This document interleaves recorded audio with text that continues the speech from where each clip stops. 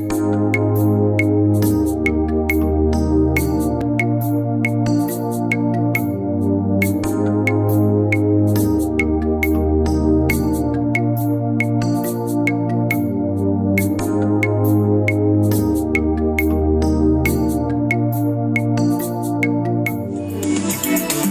shalom bien-aimés dans le Seigneur.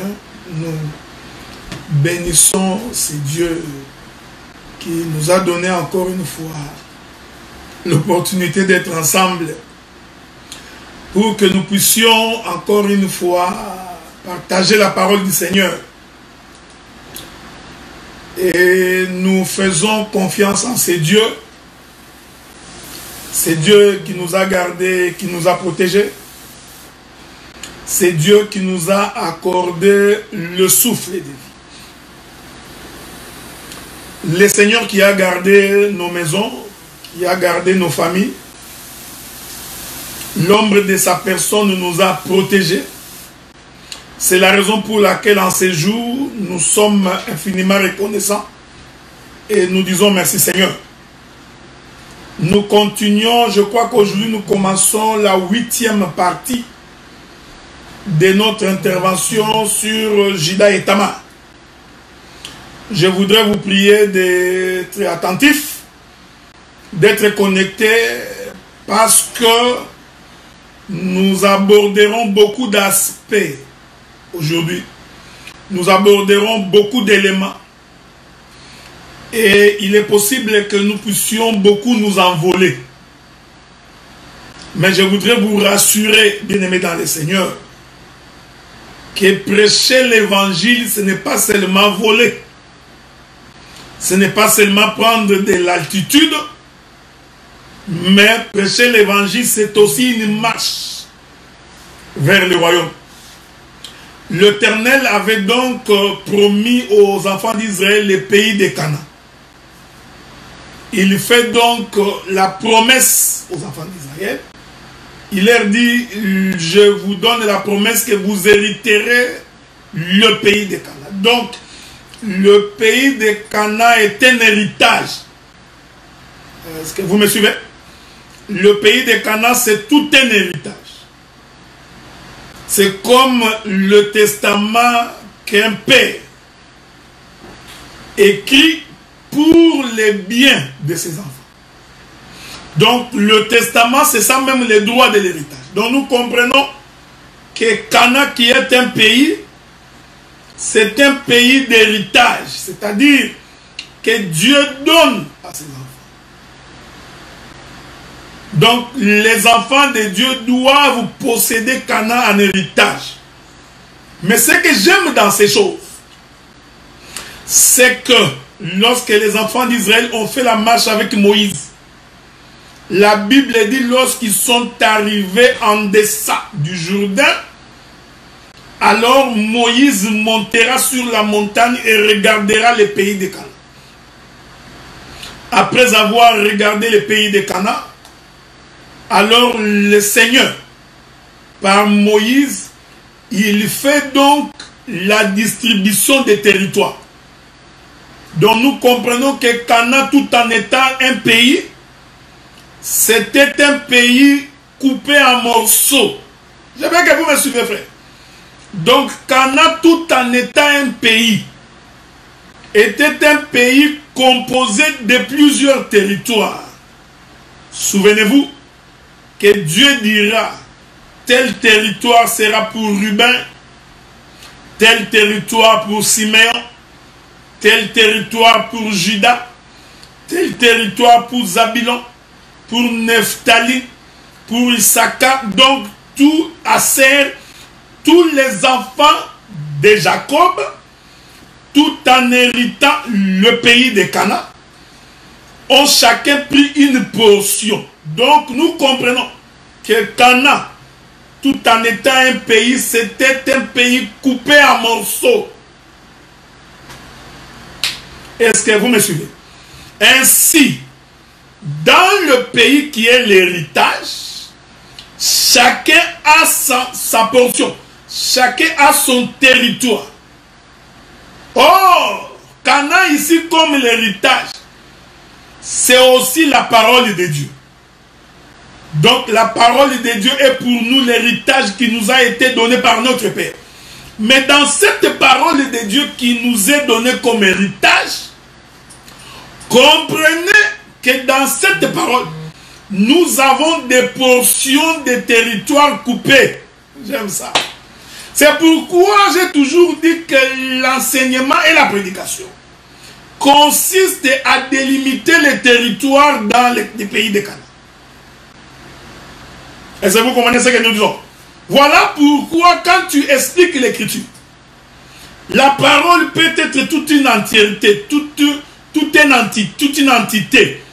Mais dans cette parole, il y a des portions, c'est-à-dire il y a des territoires.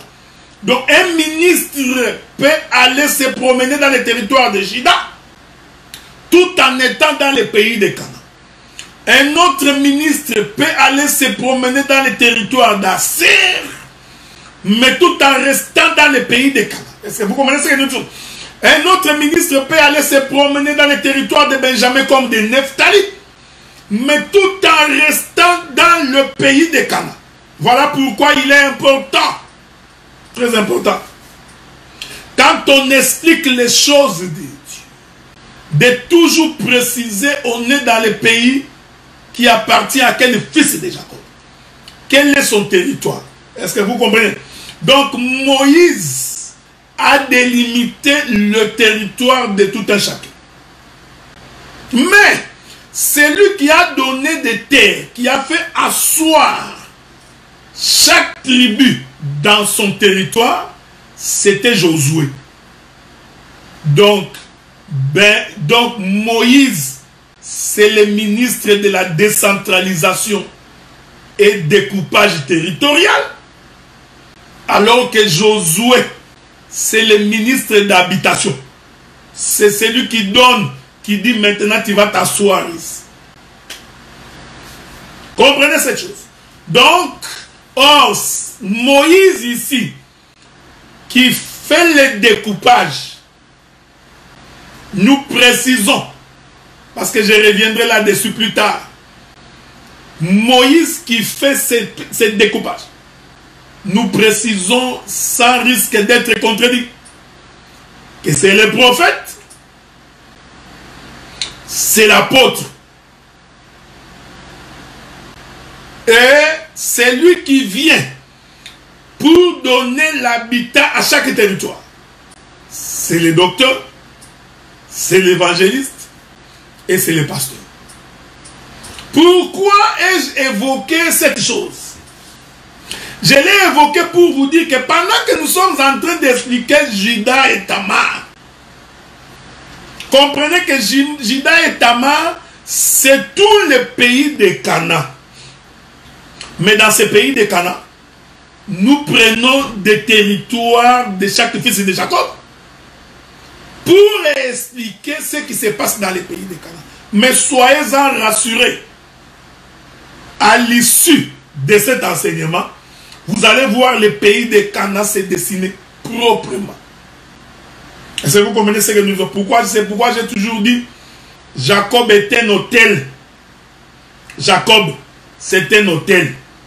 Mais l'autel de Jacob est composé de 12 pierres. Voyez-vous? Tout un autel, mais composé de 12 pierres. Donc l'autel, c'est le territoire de Canaan. Mais ce territoire de Canaan est composé de 12 portions. Donc chaque pierre dans l'autel est une portion dans le territoire de Canaan. Avez-vous remarqué ça? C'est pourquoi je vous ai toujours dit, je peux retirer une pierre dans l'autel pour expliquer quelque chose. Donc, en réalité, je suis dans l'autel, mais j'ai seulement pris une pierre qui est dans l'autel. C'est pourquoi, quand nous sommes en train d'expliquer l'écriture, lorsque je suis dans le territoire de Benjamin, faites attention. N'allez pas me chercher sur le territoire de Ruben. Quand bien même que Ruben aussi est dans l'hôtel. Pourquoi? Parce que je suis chez Benjamin. C'est très important. Retournons dans les livres de Genèse chapitre 38. Notre texte de base, j'en profite de l'occasion pour vous saluer tous dans le précieux nom du Seigneur. J'apprécie énormément que vous soyez tous connectés afin que nous puissions partager la parole. C'est comme j'ai toujours dit, mon souci, c'est de vous amener à connaître.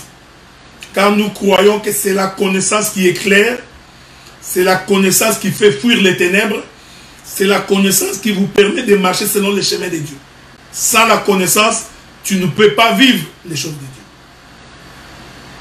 Prenons les livres de... Je vais prendre avec vous les livres de Genèse, dans son chapitre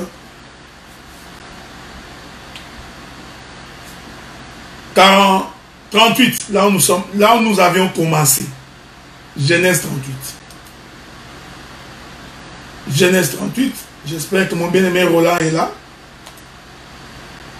Souffrez, il est possible que je parle beaucoup aujourd'hui, mais tout dépendra de la manière dont le Saint-Esprit nous conduira.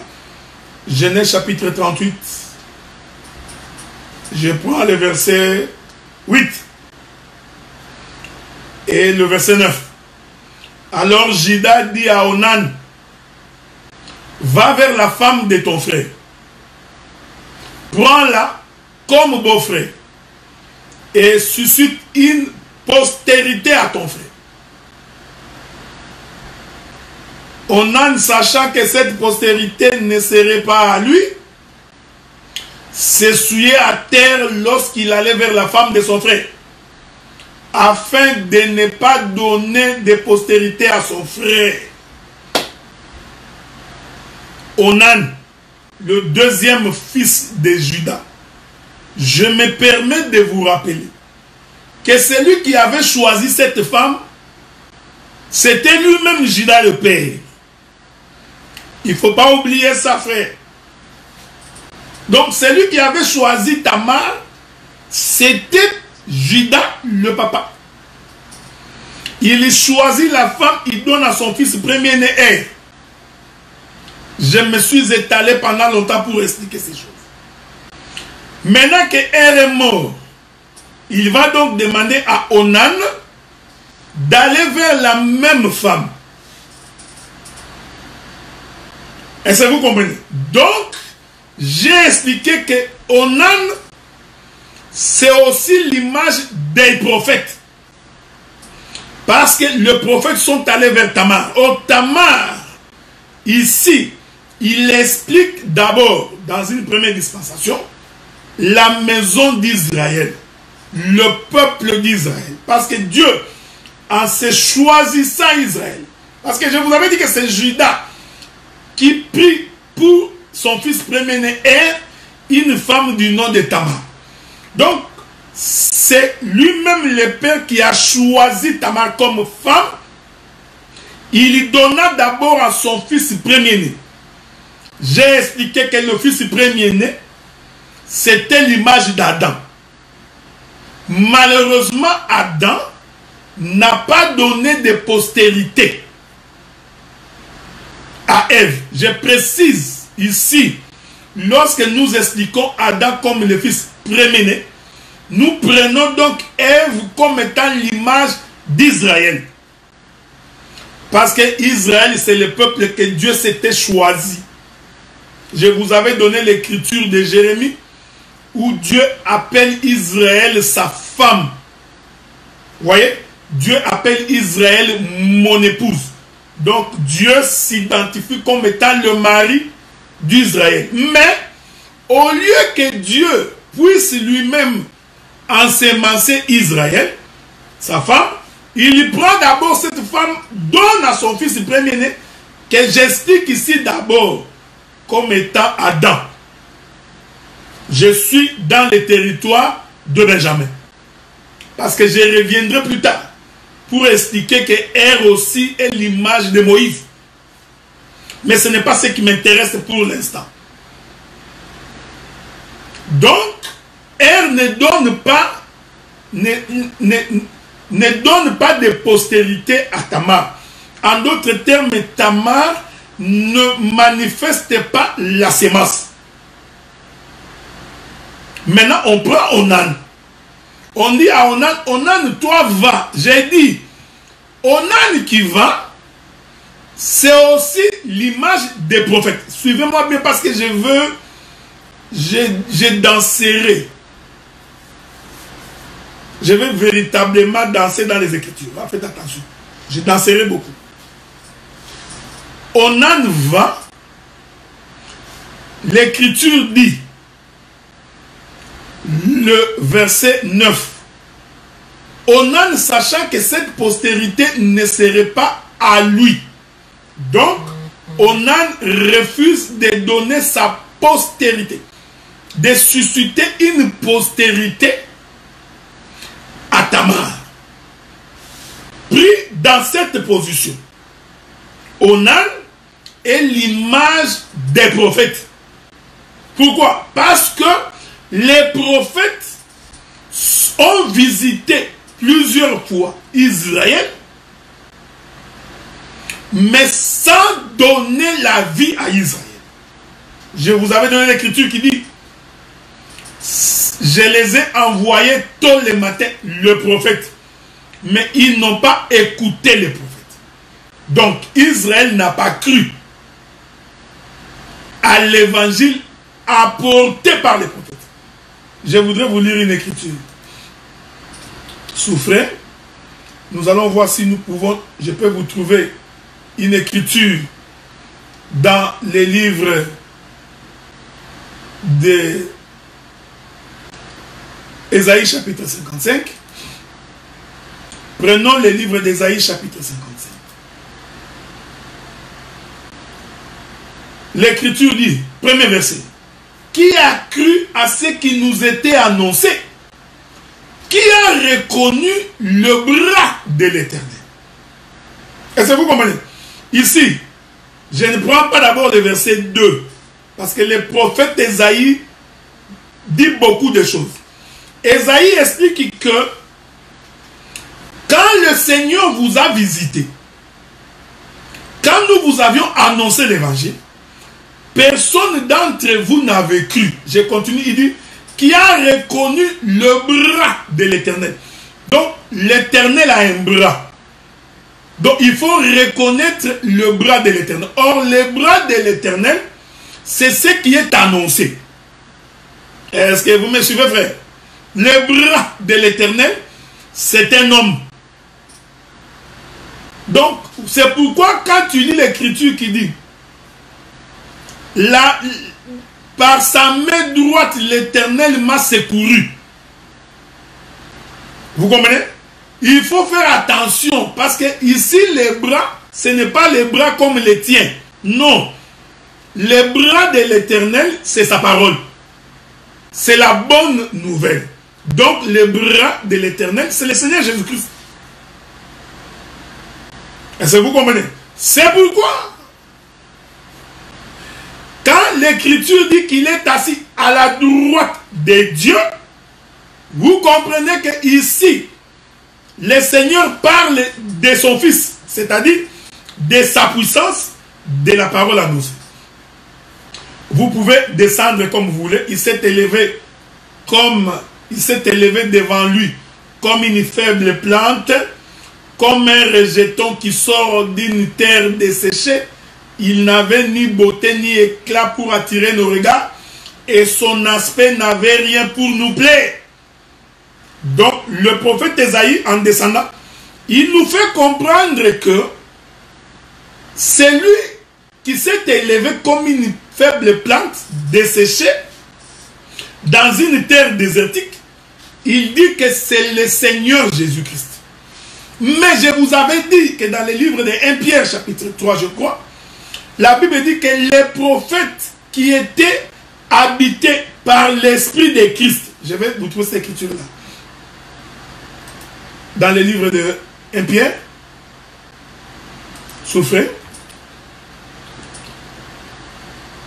Laissez-moi vous trouver cette écriture. C'est le frère Pierre qui dit ça.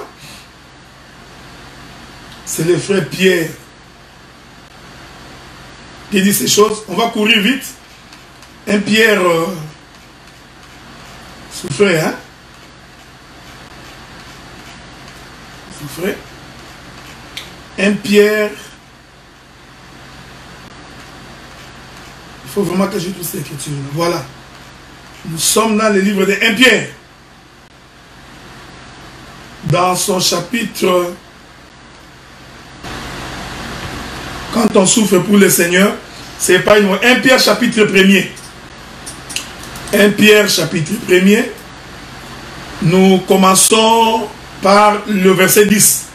Les prophètes qui ont prophétisé, touchant la grâce qui vous était réservée, ont fait de ce salut l'objet de leur investigation et de leur recherche, voulant sonder l'époque et les circonstances marquées par l'Esprit de Christ qui était en eux. Suivez bien. Et qui attestait d'avance les souffrances de Christ et la gloire dont elle serait suivie. Donc, le frère Pierre confirme que les prophètes qui ont prophétisé à l'époque étaient donc habités par l'Esprit de Christ. Donc, nous comprenons que chaque fois que les prophètes visitaient Israël, chaque fois que Jérémie, Néhémie, Habakkuk, Sophonie, Ésaïe, Jérémie venaient en Israël, en réalité c'était une visite. Voyez-vous frère? Donc c'était l'Esprit de Christ qui les visitait. Mais cette visite-là, ils n'ont pas cru, selon les livres que nous avons lus avec vous, dans le livre d'Ésaïe chapitre 53, ils n'ont pas reconnu cela. Donc, le temps où Onan copulait avec Tamar, comprenez que c'était une visite des prophètes marquée par l'Esprit de Christ qui venait visiter Israël. Est-ce que vous comprenez? Il venait donc visiter Israël. En d'autres termes, Onan, qui est envoyé par le Père. J'aime ça. Retournons, parce que peut-être vous n'allez pas bien voir. Écoutez ce que l'Écriture dit dans Genèse chapitre 38. Le verset 8. Alors Judas dit à Onan, va vers la femme de ton frère. Donc, celui qui envoie Onan, c'est le Père. Donc, c'est Judas. Donc, Onan par lui-même ne voulait pas prendre la femme de son père. Donc, c'est lui qui est en train d'envoyer Onan. Nous comprenons que c'est Judas le père. Donc, ici, Judas, il prend donc la position de Dieu lui-même, qui refuse, lui, d'aller vers Tamar, parce que ça va être un scandale. Qu'est-ce qu'il fait? Il envoie donc Onan. Donc, ici, Onan, ce sont les prophètes. Donc, il représente les prophètes que Dieu a envoyés en Israël pour aller ensemencer Israël. Est-ce que vous comprenez? Donc, Onan, il est l'ombre de Judas. Souvenez-vous que je vous avais dit, quand j'avais commencé, que les fils constituent la sémence du Père. Que les fils, c'est les entrailles du Père. Le Fils est l'ombre. Vous vous souvenez de cela? Je vous avais dit que le Fils est l'ombre du Père. Donc, nous comprenons que Onan qui se déplace est une ombre. Il est l'ombre de qui? Il est l'ombre de Judas. Voilà pourquoi l'ombre ne peut pas donner la vie. L'ombre ne peut pas donner la semence. Donc, c'est Onan qui se déplace pour aller, il est une ombre. Vous voyez, Onan est une ombre. C'est l'ensemble des prophètes, mais qui sont marqués par l'Esprit de Christ. Donc, ils sont envoyés par le Père qui est Judas. En d'autres termes, ils descendent du côté septentrional. Je vous avais donné un devoir à domicile, non? Ah, sœur Alice, je vous avais donné un devoir à domicile. Je vous avais dit, allez-y comprendre les septentrions. Il ne faut pas avoir peur des termes. Prenons le livre de Psaume chapitre 48. Psaume chapitre 48. Psaume chapitre 48. Je vais commencer par le premier verset. Il est écrit, Psaume 48, je commence par les premiers versets. Cantique, psaume des fils de Corée. L'Éternel est grand. Il est l'objet de toutes les louanges. Dans la ville de notre Dieu, sur sa sainte montagne. Donc, la ville de notre Dieu est sur une montagne. Est-ce que quelqu'un me comprend?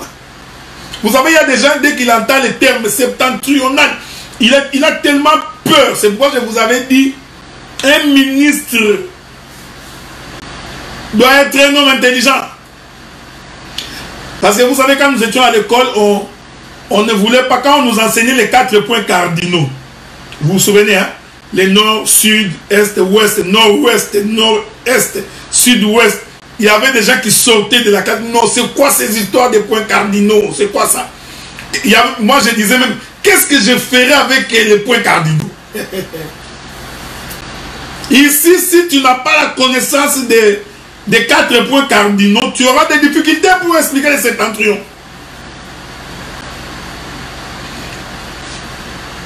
Ici, les fils de Corée nous disent que la ville de notre Dieu est sur une montagne.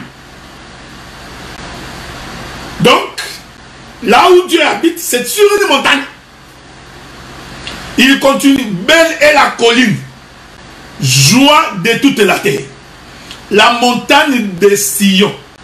Le côté septentrional, c'est la ville du grand roi. Ah, donc, nous comprenons que lorsqu'on parle du côté septentrional, nous sommes en train de parler de là où se trouve la ville du grand roi. Or, les fils de Corée disent, la ville du grand roi est sur la montagne. Est-ce que vous comprenez ça? Donc nous comprenons que le septentrional, c'est le nord. Vous qui avez fait la géographie, le côté septentrional, c'est le nord. Quand tu fais tes points cardinaux, donc le nord, c'est ça le côté septentrional. En d'autres termes, le septentrional ou le septentrion, c'est le sommet de la montagne. Le côté septentrional, c'est le ciel. C'est ça la ville du grand roi.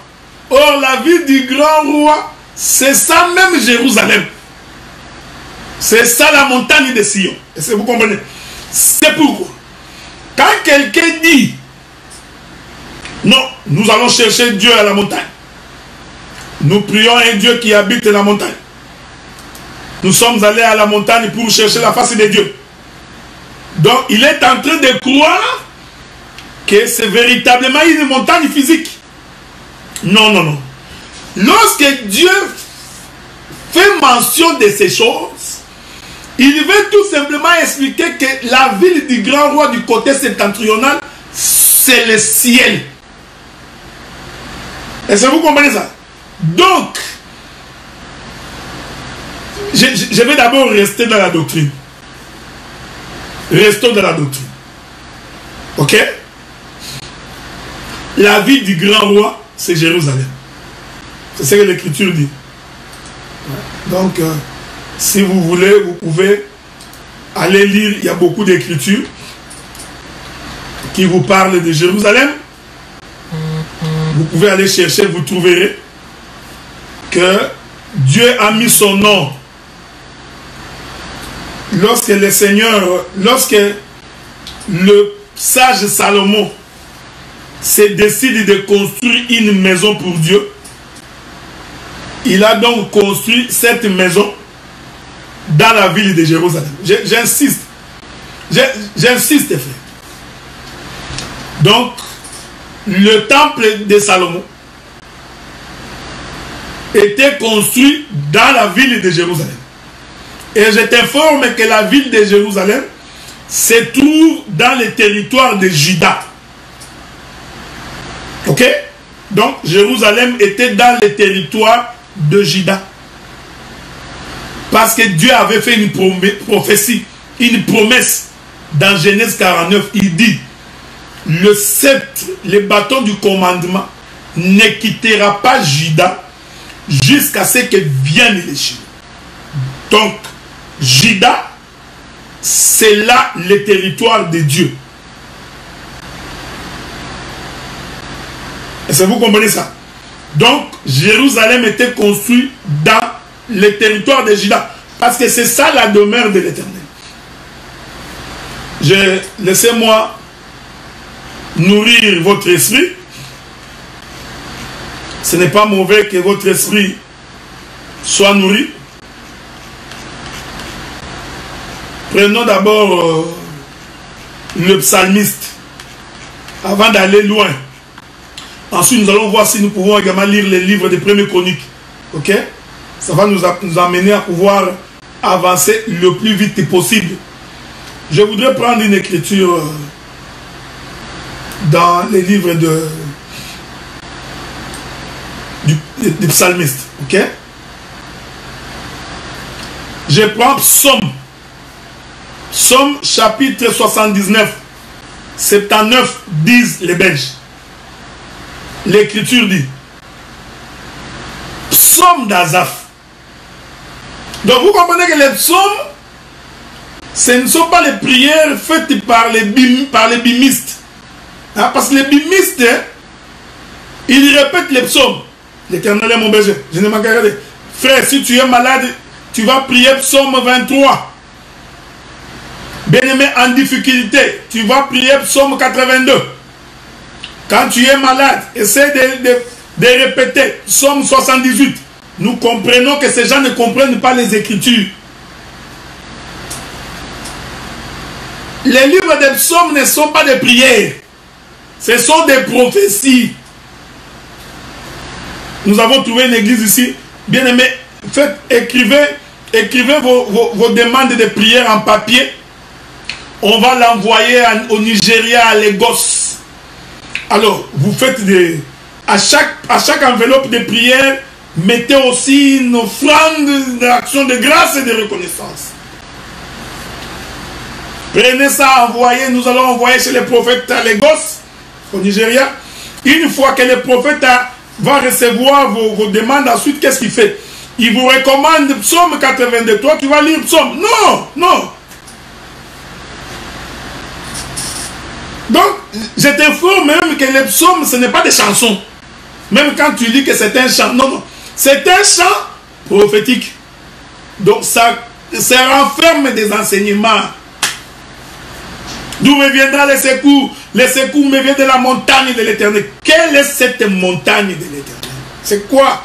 Est-ce que cette montagne, c'est la montagne de Kilimanjaro? Ou c'est la montagne de Mangengengue? Voilà pourquoi, si mon peuple ne connaît pas, il va mourir. Mon peuple périt parce qu'il lui manque la connaissance. Il est écrit, Psaume 99. Non, Psaume 79. J'ai lu Psaume 79. Premier verset. Psaume d'Azaph. Il est écrit, oh Dieu, les nations ont envahi ton héritage. Ils ont profané ton saint temple. Ils ont fait de Jérusalem un monceau de pierres. Azaph nous dit que le saint temple de Dieu, c'est ça Jérusalem. Est-ce que vous comprenez? Donc, la demeure de Dieu, c'est Jérusalem. Mais Dieu prend ces choses pour expliquer les choses célestes. Parce qu'en réalité, Dieu n'habite pas dans Jérusalem physique. J'aurais voulu vous ajouter une écriture. Psaume 116, le verset 19. Nous disons, Psaume 116, verset 19. Dans le parvis de la maison de l'Éternel, au milieu de toi, Jérusalem, louez l'Éternel. Ajoutez une autre écriture. Psaume 68, le verset 30. Il est écrit: de ton temple tu règnes sur Jérusalem. Les rois t'apporteront des présents. Donc, Jérusalem, c'est ça le temple de Dieu, c'est ça la maison de Dieu. Donc, Jérusalem est du côté des septentrional. C'est là que nous avons lu avec vous Psaume 48. On dit que la maison du grand roi se trouve du côté septentrional. Or, selon la géographie, le côté du septentrion, c'est le nord. Et nous comprenons que le nord, c'est la partie élevée. Voyez-vous, c'est le ciel. C'est pourquoi vous allez voir que la royauté, là où habitait Salomon, c'était à Jérusalem. Et l'écriture dit, qui ça? La reine de Séba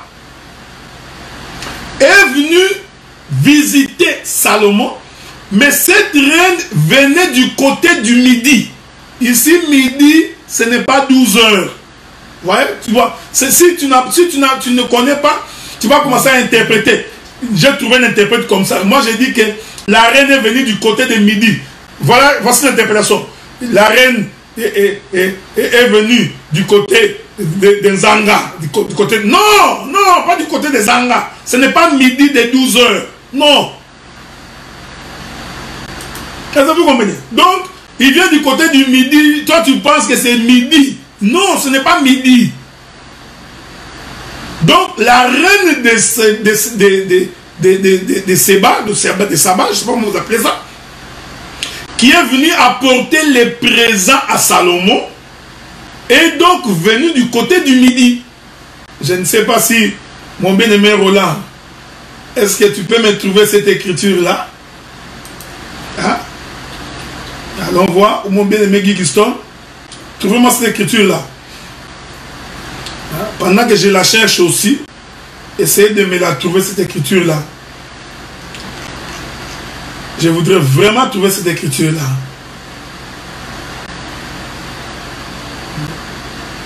Je voudrais, si vous me trouvez cette écriture-là, apportez-le-moi s'il vous plaît. Je voudrais vraiment, si quelqu'un me trouve cette écriture-là, qui me l'apporte, ça va m'aider beaucoup. Hein?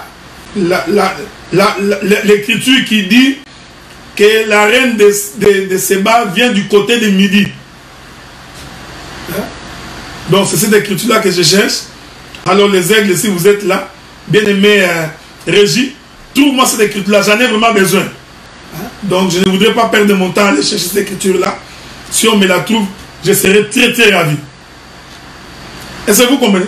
Donc, cette écriture-là témoigne que la reine... Attendez, il faut vraiment donc... il faut vraiment que je trouve cette écriture-là parce que ça m'empêche de pouvoir avancer, ok? Souffrez. Il faut vraiment que je trouve cette écriture-là. C'est très important parce que si je ne la trouve pas, beaucoup de gens risquent de ne pas comprendre ce que j'ai dit. Bon, laissez-moi trouver cette écriture-là. Avec votre permission, je voudrais trouver cette écriture-là.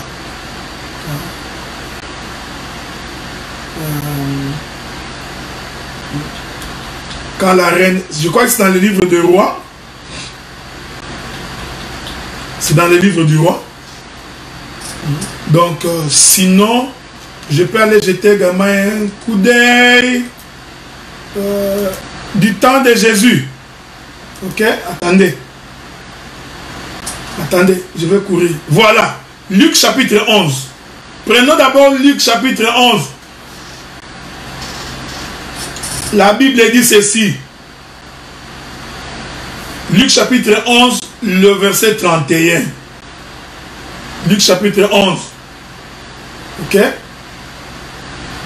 Je vais même commencer par le verset 30. Car de même que Jonas fit un signe pour les Ninives, de même le Fils de l'homme en sera un pour cette génération.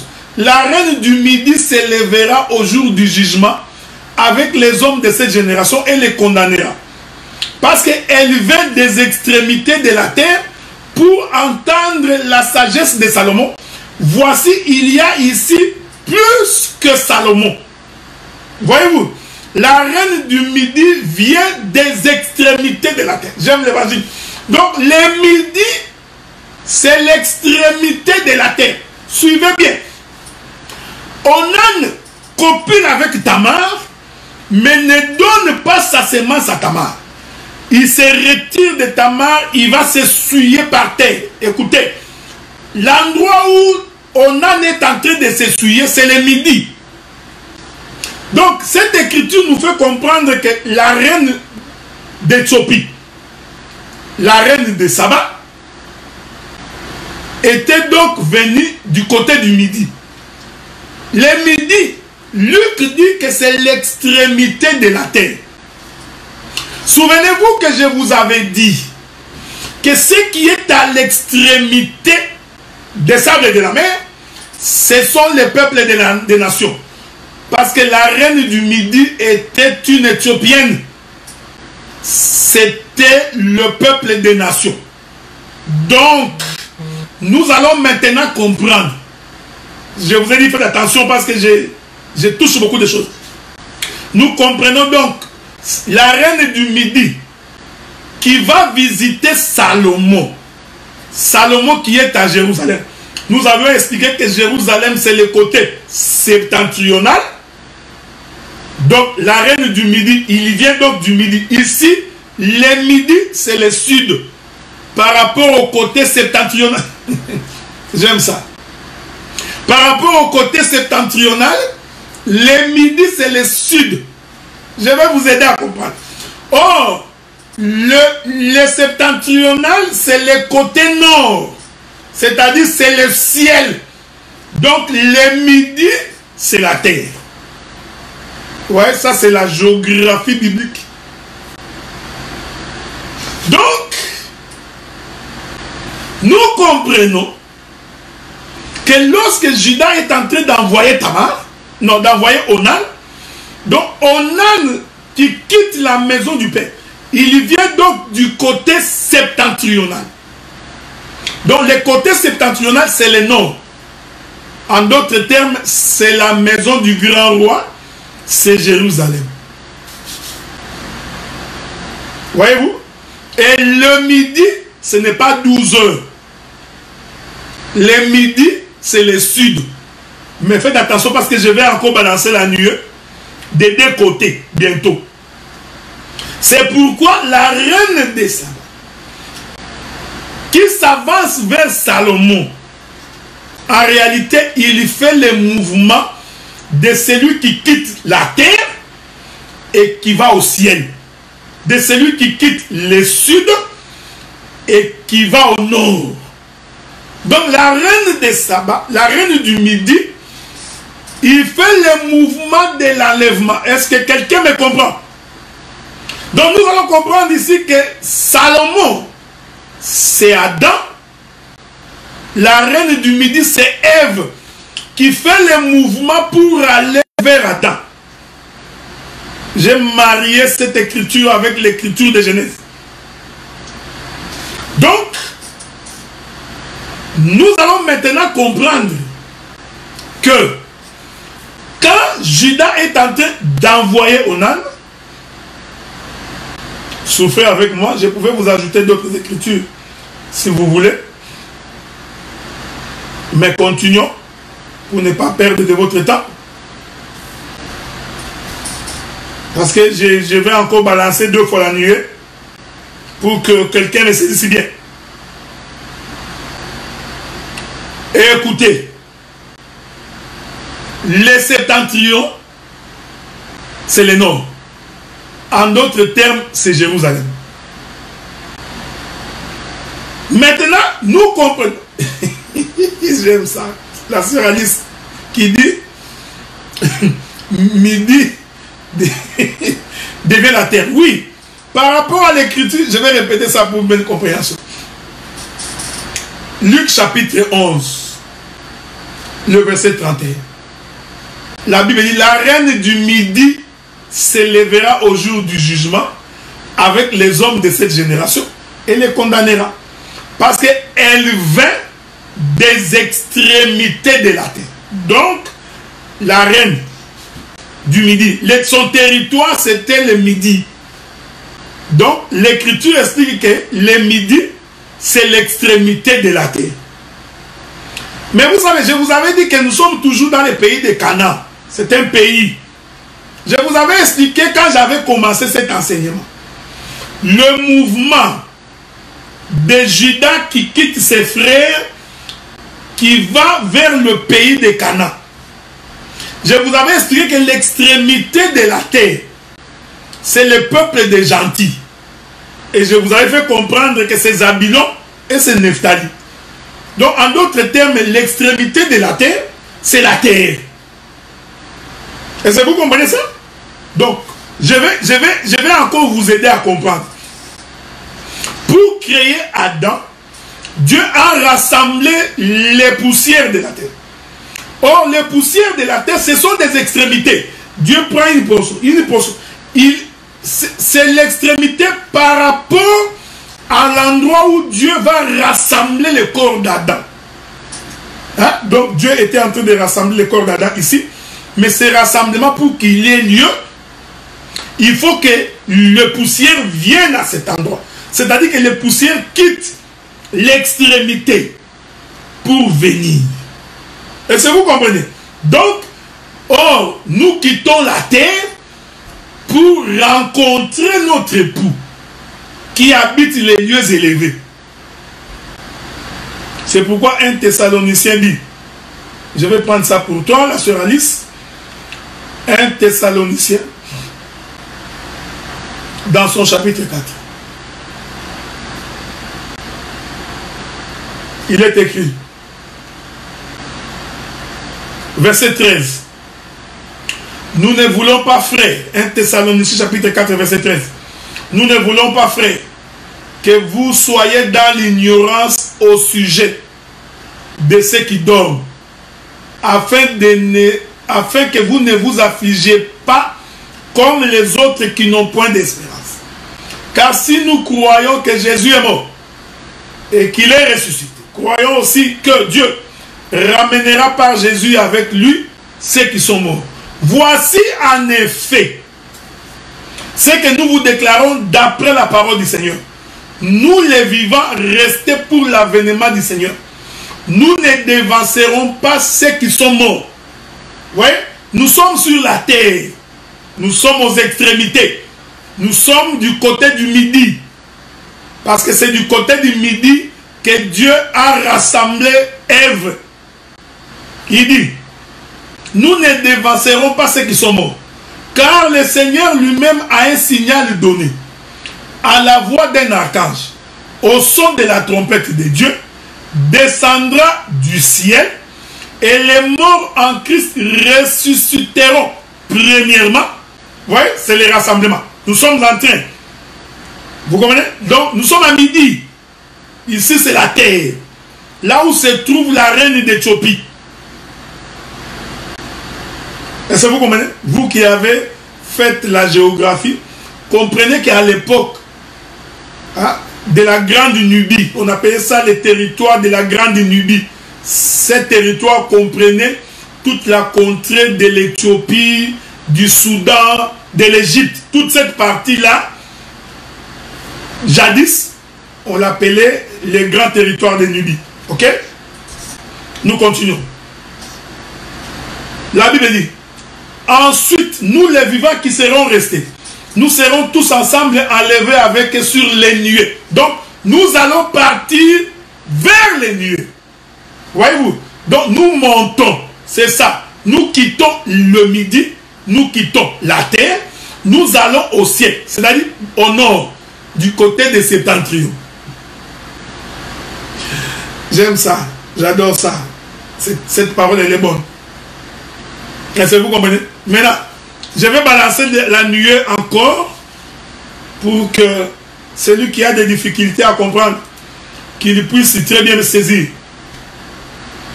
Car la Bible dit, je répète, même la sœur Judith dit que c'est ça comprendre l'évangile, sœur Judith. Je vais répéter, je vais encore répéter.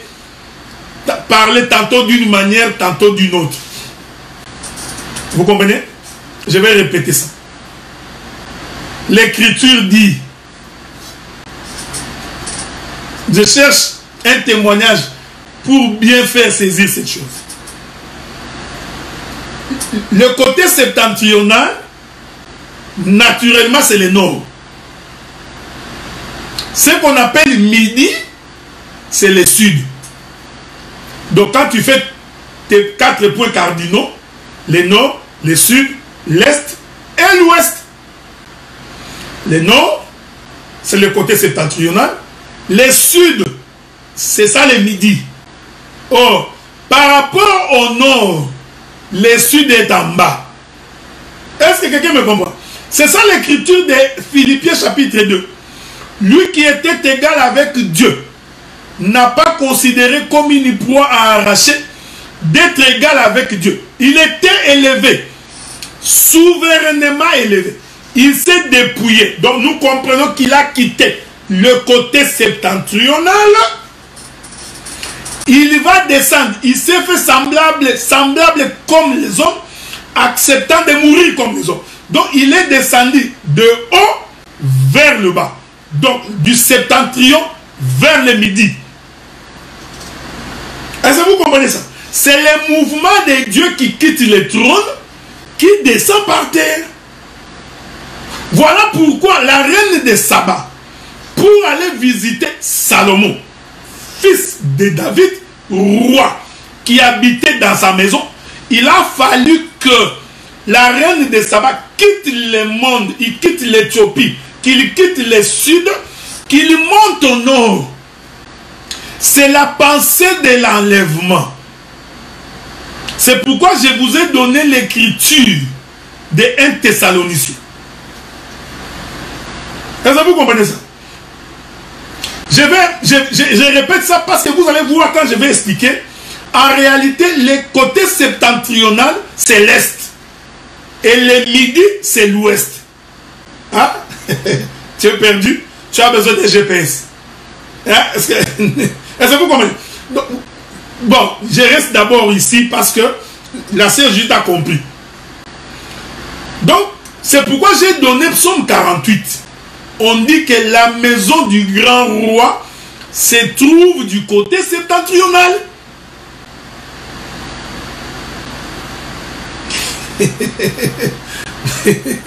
Est-ce que vous comprenez? Donc, là, je vais doucement. Les frères m'ont dit que je parlais beaucoup. Mais, qu'est-ce que vous voulez? Je fais de mon mieux. Mais je crois que si la sœur Judith a compris, le frère Edmond doit comprendre, parce que le frère Edmond est appelé au ministère. Donc, le septentrion, c'est la maison du grand roi. Or, j'ai donné des écritures qui attestent que la maison du grand roi, Jérusalem, est sur une montagne. C'est-à-dire en haut. Parce que quand c'est sur une montagne, la montagne est en haut. Donc, nous n'avons que deux extrémités. La montagne, c'est en haut. En bas, c'est le sud. C'est le bas. C'est la terre. C'est comme ça que j'ai dit que le midi, c'est la terre. Merci beaucoup, bien-aimé Edmond. Donc, vous comprenez? Donc, c'est la terre. C'est ça le côté. Ici, je suis en train d'expliquer, si vous me suivez bien, parce qu'il faut me suivre avec attention.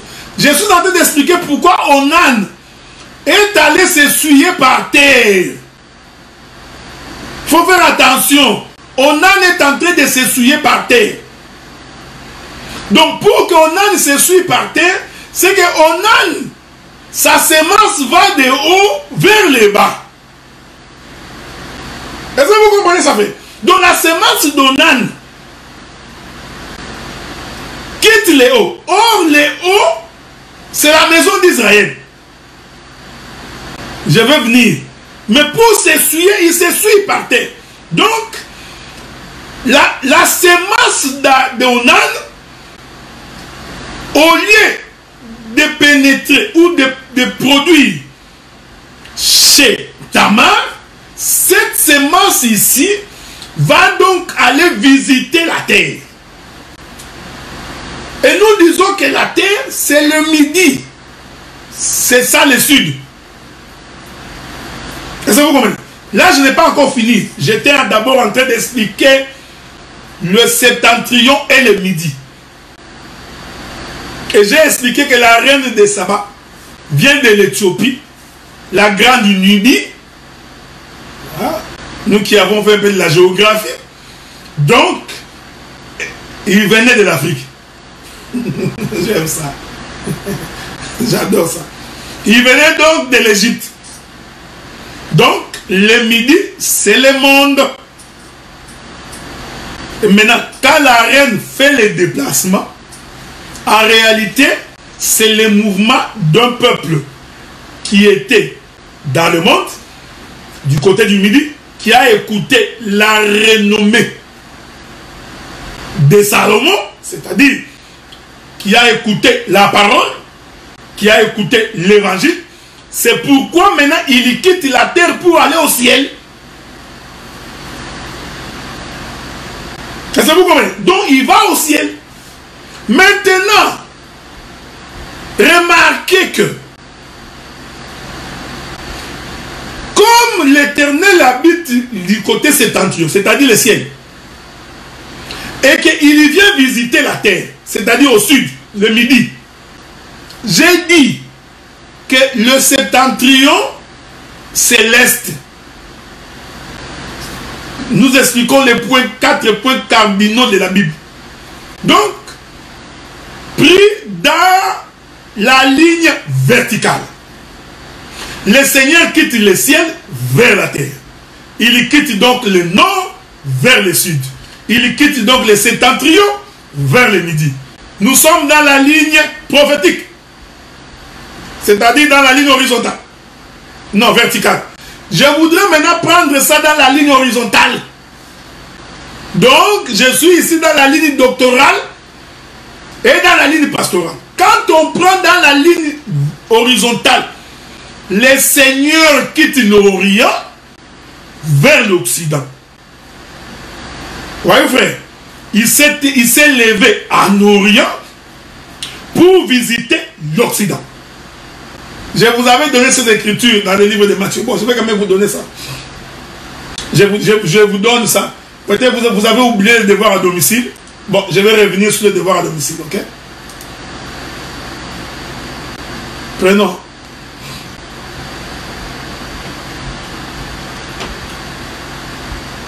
Je cherche l'écriture. Hein? Souffrez, hein? Souffrez. Je vous avais donné ces écritures-là. Donc, tout ce que j'ai dit, je ne le dis pas par plaisir. Je le dis avec but, frère. Ok? C'est pourquoi les choses de Dieu, nous les prenons très au sérieux. Donc, on ne dit pas pour parler. Prenons Matthieu, chapitre 4. Nous lisons. Verset 12. Jésus ayant appris que Jean avait été livré, se retira dans la Galilée. Il quitta Nazareth et vint demeurer à Capernaum, situé près de la mer, dans les territoires de Zabulon et de Nephtali, afin que s'accomplisse ce qui avait été annoncé par le prophète Ésaïe. Le peuple de Zabulon et de Nephtali, de la contrée voisine de la mer, du pays au-delà du Jourdain de la Galilée des gentils, ce peuple, assis dans les ténèbres, a vu une grande lumière. Sur ceux qui étaient assis dans les régions de l'ombre de la mort, la lumière s'est levée. Écoutez. Donc, le prophète Matthieu explique que quand Jésus se déplace pour aller dans les territoires des gentils, je vous avais dit que le territoire des gentils, c'est le territoire des nations. Est-ce que vous me comprenez? Je vous avais dit que quand Jésus se déplace, l'Écriture précise qu'il vient pour visiter le peuple qui était dans le pays des ténèbres. C'est-à-dire le peuple qui était sans Dieu. Le prophète Matthieu dit en réalité, c'est le déplacement du soleil. Donc, la venue de Jésus, c'est un déplacement du soleil. Or, le soleil s'élève en Orient et se couche en Occident. Je répète, frère, je répète ça. Philippiens chapitre 2 nous dit, il a quitté le ciel, il est descendu sur la terre. Mais Matthieu nous fait comprendre qu'en réalité, cette chose, c'est quelqu'un qui quitte l'Est, qui vient en Occident. Je vais vous trouver, j'aime ça. Je vais vous trouver notre écriture. Notre écriture. L'abondance des biens ne nuisant jamais. Ok? Il suffit de savoir comment en faire un bon usage. Ajoutons le témoin des Écritures. Il est écrit quoi? Je cherche une écriture. C'est lui qui dit souffrez, hein? Il faut vraiment retrouver. Il y a une écriture qui dit en vertu de laquelle le soleil... Voilà. Luc chapitre 1er. Luc chapitre 1er. J'aime ces choses. Nous allons commencer par le verset 73. Luc chapitre 1er, verset 73. Nous bénissons le nom du Seigneur pour sa bonté, pour sa grâce, pour toutes les bonnes choses qu'il n'arrête pas de faire dans notre vie. Sois béni éternel. Il est écrit, Luc chapitre 1er, 73. Selon les serments par lesquels il avait juré à Abraham notre Père, de nous permettre, après que nous serions délivrés de la main de nos ennemis, de les servir sans crainte, en marchant devant lui dans la sainteté, dans la justice tous les jours de notre vie. Et toi, petit enfant, tu seras appelé prophète du Très-Haut. Tu seras appelé prophète du Très-Haut, car tu marcheras devant la face du Seigneur pour préparer ses voies, afin de donner à son peuple la connaissance du salut par le pardon de ses péchés, grâce aux entrailles de la miséricorde de notre Dieu, et en vertu de laquelle le soleil levant nous a visités d'en haut. Non, non, non, non, non, non, non, non, non, non, non, non, non, non. Un intellectuel aura des difficultés parce que le soleil levant ne peut pas nous visiter d'en haut. Le soleil levant ne peut nous visiter que de l'est, parce que le soleil s'élevant à l'est, selon les points cardinaux, l'est ne peut pas être haut. Voilà. Donc, le bien-aimé Luc, il nous fait comprendre qu'en réalité, l'est, c'est le côté septentrional. Est-ce que tu es arrivé? Est-ce que tu digères ces choses? Parce que, je répète ça, grâce aux entrailles de la miséricorde de notre Dieu, et en vertu de laquelle le soleil levant nous a visités d'en haut. Le soleil, lui, s'élève en Orient.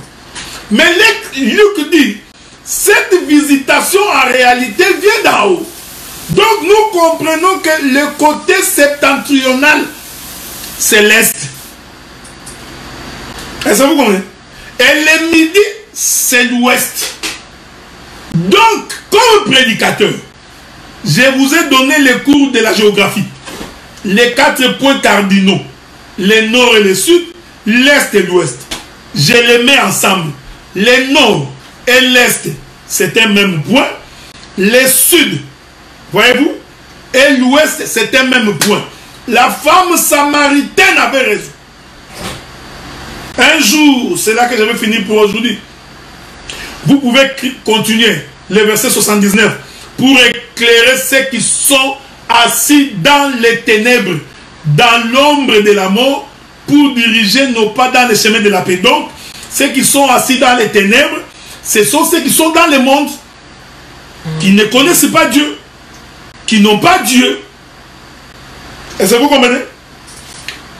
Tout ça, c'est pour expliquer les gestes d'Onan qui se suivent par terre. Est-ce que vous comprenez ça, frère? Donc, il fait le mouvement du septentrion vers midi, de l'est vers l'ouest. Parce que le samedi prochain, j'expliquerai cette terre qui a reçu la semence. Mais souffrez que nous parlions de l'histoire connue de tous. Parlant de la femme samaritaine.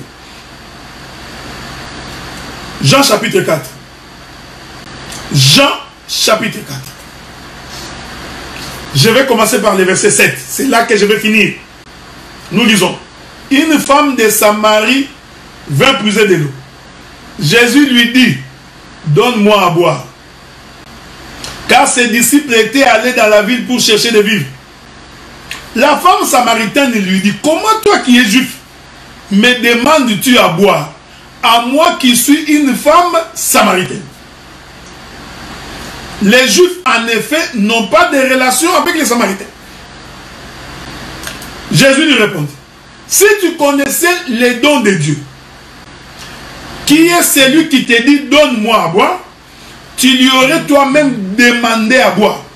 Il t'aurait donné de l'eau vive. Ils sont devant un puits. Devant le puits, Jésus demande de l'eau.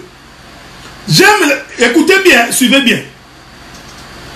Ils sont devant. Le puits, c'est là où se trouve l'eau. Et le puits est toujours profond. C'est pourquoi nous disons, pour comprendre l'évangile, pour expliquer l'évangile, il faut que tu sois capable de descendre dans les profondeurs. L'écriture de continuer.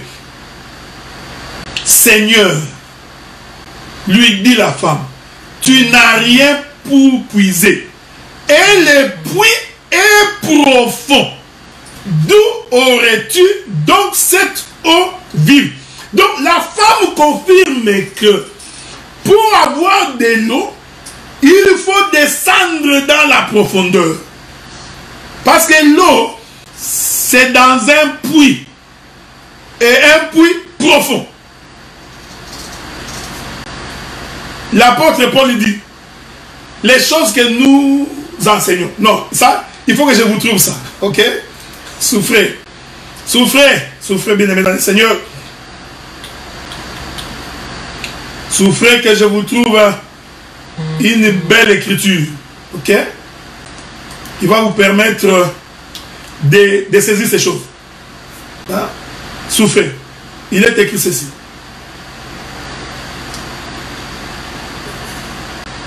Je prends le livre de Éphésiens, chapitre 3, verset 18. Vous puissiez, Éphésiens 3, 18, vous puissiez comprendre avec tous les saints quelle est la largeur, la longueur, j'aime ça. As-tu lu ça? La profondeur et la hauteur. Je suis dans Éphésiens chapitre 3, verset 18. Donc la parole de Dieu a de largeur, de longueur, de la hauteur et de profondeur. C'est pourquoi si tu marches dans la largeur, si tu n'es pas capable de descendre dans les profondeurs, il ne faut pas dire que non, tu vois ce qu'il dit là, c'est compliqué. Non, ce n'est pas compliqué. Tu ne peux pas descendre dans les profondeurs. Je vous ajoute une autre écriture là. Romains chapitre 11. Oh, profondeur de la richesse, de la sagesse et de la science de Dieu. Je suis dans Romains chapitre 11, verset 33. Oh, profondeur de la richesse, de la sagesse et de la science de Dieu. Que ses jugements sont insondables et ses voies incompréhensibles. Donc, La parole de Dieu, c'est comprendre les profondeurs de sa science, de sa connaissance. Donc, je rentre, donc, l'eau est dans un puits. Ok? L'eau se trouve dans un puits. Je rentre dans Jean. Pour conclure, c'est pas fini. Jean chapitre 4. Là où nous étions. Écoutez. La Bible dit ceci. Je suis dans le verset 12. Jean 4, verset 12. Es-tu plus grand que notre père Jacob qui nous a donné ses puits, qui en a bu lui-même, ainsi que ses fils et ses troupeaux? Je continue. Jésus lui répondit. Quiconque boit de cette eau aura encore soif. Mais celui qui boira de l'eau que je lui donnerai n'aura jamais soif. Et l'eau que je lui donnerai deviendra en lui une source d'eau qui jaillira jusque dans la vie éternelle. Je continue. J'ai beaucoup de choses à dire. Écoutez ce que la Bible dit.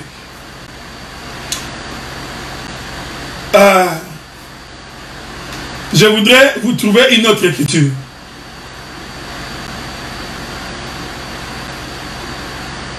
La Bible dit ceci. L'écriture, je continue, hein. Alors, la Bible dit, la femme lui dit, je cherche une écriture, voilà. La femme lui dit, Seigneur, donne-moi cette eau afin que je n'ai plus soif et que je ne vienne plus puiser ici. Va, lui dit Jésus, appelle ton mari et viens ici. Non, je voudrais encore vous ajouter une autre écriture. Il y a une écriture là que je cherche, souffrez, hein.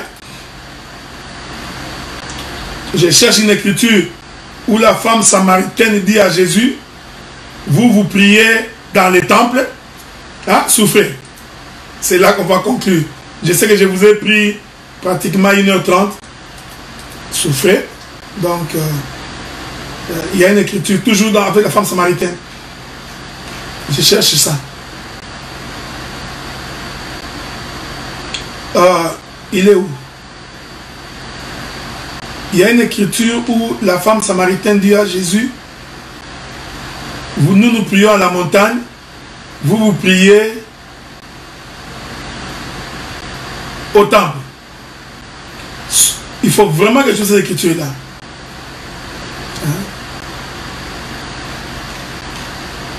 Je voudrais vraiment vous trouver cette écriture-là où la femme samaritaine dit ça, ok? Je ne l'ai pas aujourd'hui. Je ne sais pas si Roland dort déjà, parce que depuis que j'écris ici tout le temps, que je cherche des versets, Roland, lui, il ne trouve pas ces versets-là. Ces gens, non, il y a une écriture. Souffrez, hein? L'écriture où la femme samaritaine dit, nous prions au temple, vous priez à la montagne. C'est ce que je cherche. C'est toujours dans le livre de Jean. Voilà. Toujours dans Jean. Chapitre 4 toujours. Comment ça allait fuir comme ça? Jean chapitre 4. Là où nous étions toujours. Le verset 20. Lisons. Commençons par le verset 19. Le Seigneur lui dit la femme, je vois que tu es prophète. Nos pères ont adoré sur cette montagne. Vous dites, vous, que le lieu où il faut adorer, c'est à Jérusalem. J'adore cette écriture. Vous voyez, la femme samaritaine, il se reconnaît comme étant fille de Jacob. Il dit Jacob notre père. Voyez-vous. Mais dans sa déclaration, il dit, nous savons que pour adorer, il faut aller à la montagne. En d'autres termes, les lieux de l'adoration, c'est le côté septentrional. Parce que les secours me viennent de la montagne de l'Éternel. Le Seigneur habite les sommets de la montagne. Donc, cette femme, quand elle déclare à Jésus que nous adorons à la montagne, cette femme n'avait pas menti. il a vu le Seigneur du côté septentrional. C'est pourquoi, même quand Israël sort de l'Égypte, Dieu dit à Moïse de dire à Pharaon de laisser son peuple aller l'adorer sur la montagne. L'Éternel Dieu dit à Abraham, tu vas sortir pour sacrifier les fils et tu les sacrifieras à la montagne que je te montrerai. Et la Bible dit que lorsqu'ils ont vu la montagne de loin, donc nous comprenons, voyez-vous frère, que la femme samaritaine, il avait donc vu la dispensation d'Israël. Il a donc vu le côté septentrional. Mais la femme continue, mais vous, les Juifs, vous dites qu'il faut adorer Dieu à Jérusalem. Mais écoutez, oh, Jérusalem, physiquement, il est à l'est. Quand vous prenez la carte géographique du monde, vous allez voir que Jérusalem est à l'est. Donc vous dites c'est à l'est. Nous disons c'est du côté septentrional, c'est au nord. Donc nous avons ici deux visions. Mais deux visions qui disent la même chose. La femme samaritaine avait la vision verticale, mais les Juifs avaient la vision horizontale. Mais les deux expliquent la même chose. Parce que Jésus dit, en vérité, je te dis, femme, les vrais adorateurs n'adorent ni à la montagne, ni à Jérusalem. Non. Il voulait dire que la montagne et Jérusalem, les deux expliquaient la même chose que je suis. Est-ce que vous comprenez ce que nous disons? Donc, nous comprenons, je vais aller douce, je reviendrai ici encore les samedis. Donc nous comprenons que Jérusalem, qui représente le côté septentrional, j'ai expliqué selon une dispensation que c'est le ciel, c'est le trône de Dieu. Ok? Mais n'oubliez pas aussi que c'est à Jérusalem que Dieu habite. Donc ici, Jérusalem où Dieu habite, c'est ça même la maison d'Israël. Juda est son sanctuaire, Israël est son domaine. Voyez-vous frère? Donc, l'Éternel habite à Jérusalem. Ici, je prends Jérusalem comme une maison, c'est-à-dire comme la maison d'Israël. Et je l'identifie du côté septentrional. Mais Israël n'a pas reçu la sémence. J'aime ça. J'adore ça. Voyez-vous? Donc, c'est ça la première visite d'Onan vers Tamar. Mais une fois là-bas, il ne produit rien. Pourquoi? Parce qu'au lieu de déposer sa sémence là-bas, non. Il retire sa sémence du côté de Jérusalem pour aller s'essuyer par terre. Prenons le livre d'Ézéchiel comme devoir à domicile. Nous sommes dans Ézéchiel chapitre 47. Ézéchiel 47. Ça c'est un devoir à domicile, mais je vais quand même lire le texte pour vous. Premier verset. Dans la vision d'Ézéchiel, il y a des gens qui ne lisent même pas Ézéchiel. Ils ont tellement peur d'Ézéchiel. Okay? La Bible dit, il me ramena vers la porte de la maison. Et voici de l'eau sortait sous les seuils de la maison. À l'Orient, souvenez, j'explique Onan. J'explique toujours dans Onan, frère. Il me ramena vers la porte de la maison. Et voici de l'eau sortait sous le seuil de la maison. À l'Orient. Car la face de la maison était à l'Orient. Et l'eau descendait sur le côté droit de la maison au midi de l'autel. Avez-vous remarqué cette chose? J'aime la Bible. J'adore Dieu. Hein? J'adore ces dieux. Je vous donne le verset. On va expliquer le samedi prochain. Il me ramena vers la porte de la maison. Et voici de l'eau sortait sous le seuil de la maison à l'Orient. Car la face de la maison était à l'Orient. L'eau descendait sous le côté droit de la maison, au midi de l'autel. Il me conduisit par le chemin de la porte septentrionale et me fit faire le tour par dehors jusqu'à l'extérieur de la porte orientale. Et voici l'eau coulait du côté droit. Point. Les deux versets. Vous allez voir, nous allons expliquer. C'est le mouvement d'Onan qui retire sa semence, lui qui est du côté septentrional, et il le fait couler vers le midi, vers le seuil de la porte. J'expliquerai le seuil de la porte. Le créateur des choses visibles et invisibles. C'est lui qui garde nos pas en Jésus. Et c'est lui qui nous conduit sur le chemin de racheter. Ma prière est que c'est Dieu-là qui vous garde, qui vous protège. Demain, nous allons continuer notre enseignement sur le fait de l'Éternel. Et demain, je parlerai de l'ivresse de Lot, comme la fête des tabernacles. Pour aujourd'hui, que la grâce du Seigneur soit avec vous. Qui vous garde et qui vous protège sous sa main.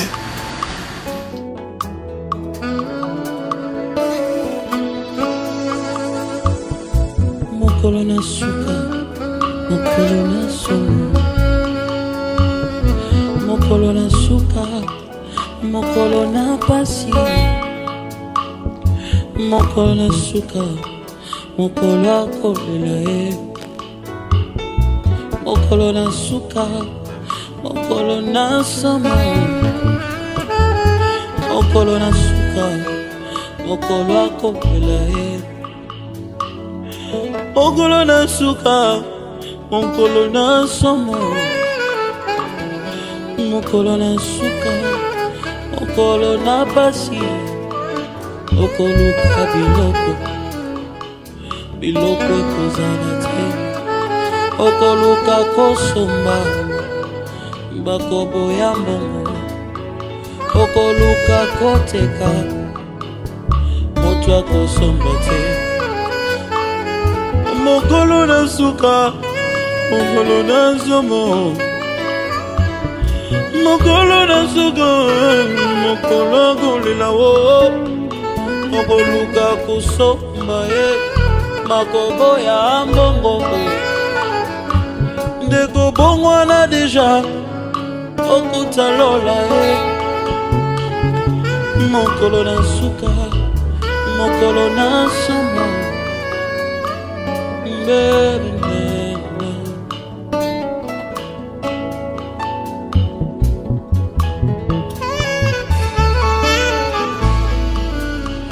Kolo kolo yeah, kolo